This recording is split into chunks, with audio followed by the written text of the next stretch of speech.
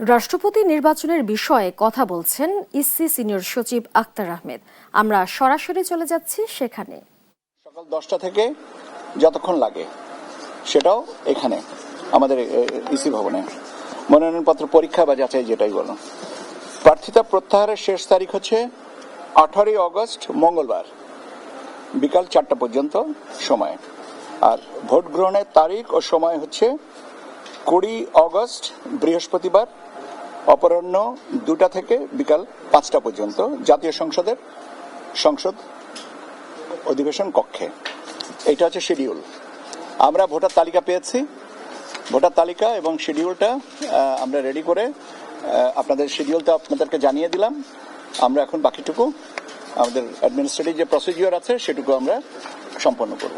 ধন্যবাদ আপনাদের সবাইকে। দুটো একটা প্রশ্ন স্যার, সেটা হচ্ছে যে যদি নিয়ে আমি কোনো প্রশ্নের উত্তর দেই না, আপনাদের শিডিউলটা দিলাম, আমরা আগাবো, যখন যে প্রশ্নটা আসবে তথ্য আসবে আমি আপনাদেরকে জানিয়ে দেব। ধন্যবাদ। একটা প্রশ্ন নিতে হবে স্যার।